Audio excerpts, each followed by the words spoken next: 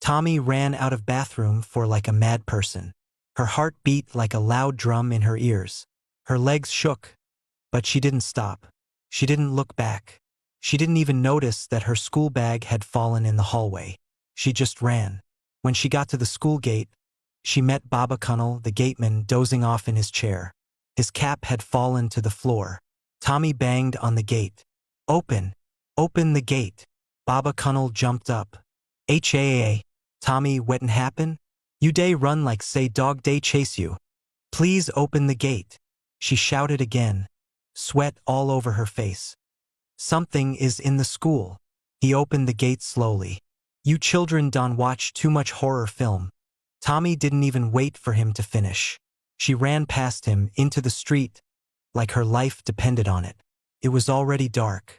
Streetlights blinked as she ran. Motorcycles passed. Nobody noticed the terrified girl in uniform. She ran all the way home. No Okada, no Kiki, just her legs, her fear, and the sound of footsteps behind her that she didn't dare turn to check.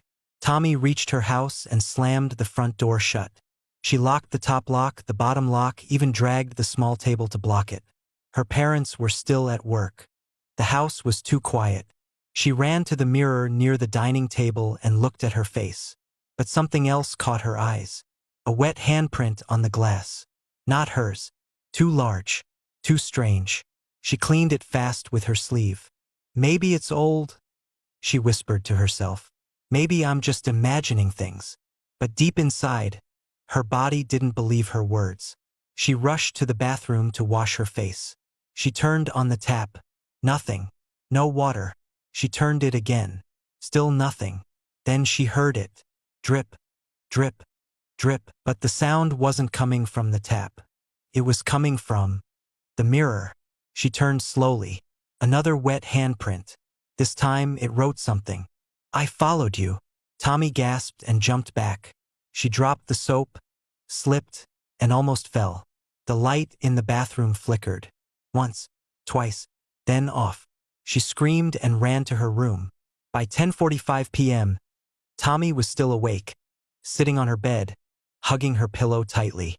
Her room was dark except for her small table lamp. She locked her door. She closed her window. She blocked the mirror with her towel. But she couldn't sleep. Every time she closed her eyes, she heard that same sound. Drip, drip, like wet footsteps. Then, suddenly, the towel over her mirror fell down by itself. She rushed to cover it again, but stopped, because something had been written on the mirror with water again. You let me out. Her hands shook. What do you want from me? No reply. Then she heard it. A soft, slow knock. Knock, knock, knock. Not at the door.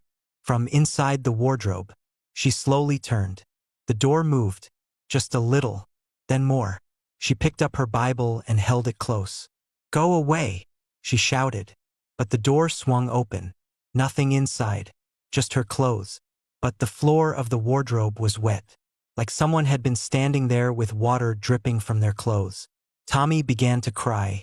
She ran to the sitting room and lay on the sofa. She switched on the TV for company. But the moment the TV came on, it switched to static. SHHHHHHHH. The screen was gray and shaking. But something was behind the static. A girl's face, looking straight at her, smiling. Tommy screamed. She switched off the TV. Silence. Then tap tap tap on the window. She turned. Nothing.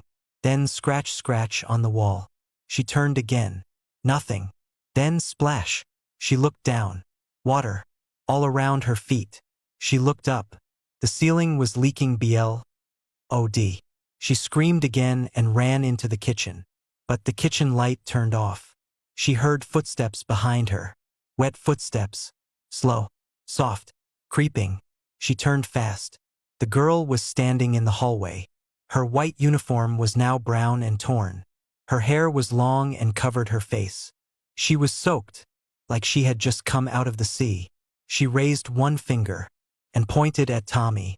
Then she whispered, You entered my bathroom. Now I live in yours. And vanished. The next morning, Tommy's parents found her on the kitchen floor, curled into a ball. Her eyes were open wide, but she didn't speak. The doctor said she was in shock. They asked what happened, but she just stared and whispered one word. Water. And then she smiled. Cold, slow smile, like someone else was living inside her.